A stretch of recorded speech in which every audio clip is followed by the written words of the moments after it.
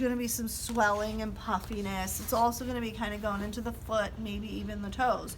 So we want to think, okay, this is where we know all the lymph nodes are. They're up this way. So we want to make sure that our base is up high and our tails are going to come down low and they're going to crisscross, okay?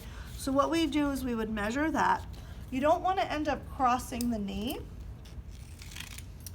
And that's usually a good rule of thumb for most of the tape jobs, except when we're actually right on the patella. That's gonna feel a little different.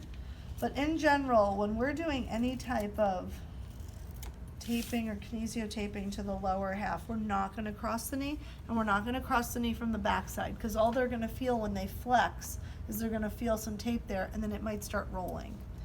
And that's not what we want. So anytime we're using kinesio tape, we just take off the edges, okay, to make sure that we don't catch that on any clothing. And then all your kinesio tapes are usually built in with lines on the back. I leave a little bit of a tail out there, the base out there, and then I'm gonna just follow the line. And we're going to create our spider. So just until it clips.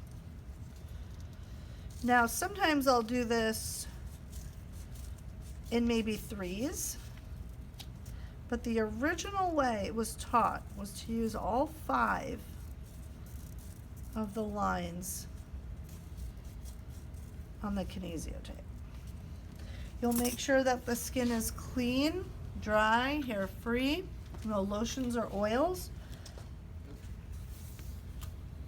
And then you want to kind of envision, how am I going to do this? Because I want to have 2 pieces that then crisscross each other. Okay, so that might feel about right if I start there. I could have probably made these a little longer. And then remember, with your spider web, because you're going for swelling control, it's paper off. There's no tension once the paper comes off. So what I like to do is kind of, once the base is attached, I get all these out of my way, okay? Because then I can do each one with individual control. What they taught us in the course was to take like it all off and like lay it. It doesn't work like that in the clinic. You take it, they go like crisscross, and then it's a disaster, and you're starting over, and you don't ever really want to start over with kinesio because it's so darn expensive. So we leave a little bit of an edge. Remember, I'm not pulling, it's paper off. So as long as I'm aiming, remember, there's probably all sorts of swelling posteriorly. Okay. You're going to leave a little bit of a space.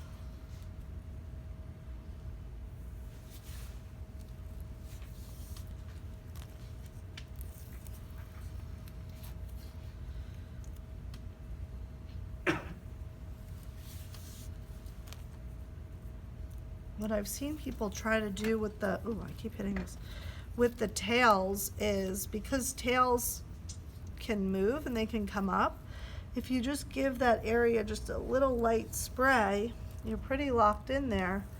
What I'll also see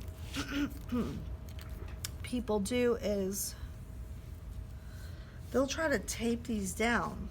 That's definitely not what you want to do, because the whole point is that this is pulling up. So if you layered another piece of tape on there, you might be just sort of changing what the whole tape is doing. So let the tails just be, and then remember, you got to give it kind of a bit of a vigorous rub without pushing those tails and pulling them back up. I just usually kind of swipe, get that really nicely on there, and then you would do the same thing, but you would probably be back here now, and you would be crisscrossing those, okay? So that we see this nice basket weave.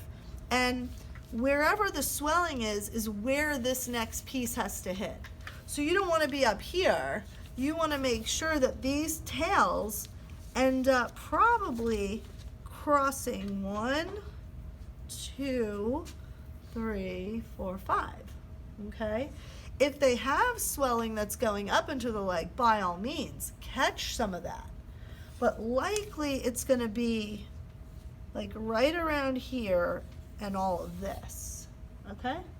So we could have even made this a little bit longer so that these maybe would have ended up like a little here, or I might say to myself, make sure you capture all that. So then this piece, I might start lower, okay? So that these pieces do come down and it's like their fingers grabbing the fluid to pull it up. Okay, that's how you want to think about this particular tape.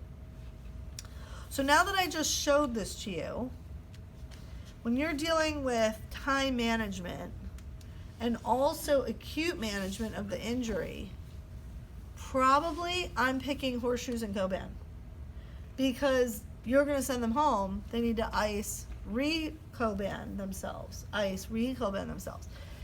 If when you get out of that stage, you can probably move to this stage if they still need it for a little edema control. But then even then, you might do that for home, but you're probably starting them doing some more sport related stuff. So in the clinic, you might actually be doing a little bit of a light plast ankle or an ankle tape instead of this.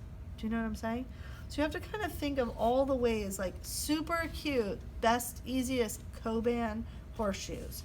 Maybe you graduate to this, maybe you're like, hey, all that swelling's doing really well, they just need support now that they're kind of going back into play. Or maybe this is the stage that happens as you're rehabbing before they're going back into play. And then that's when you need your light plaster, your standard ankle tapes. So you have a lot to be playing around with when you deal with ankles. But that at first acute, day one, like that's what Coban was built for.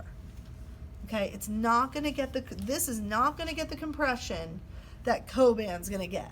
Okay, and you have to think the entire leg is swollen. So from the foot and the toes, we wanna wrap that baby up and push all that fluid up, ice, wrap it back up again.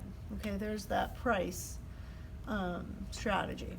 Okay, so this might be a step down, and then you would start taping them or get them a ankle brace, and then that's what they're gonna do their rehab in and go back to play.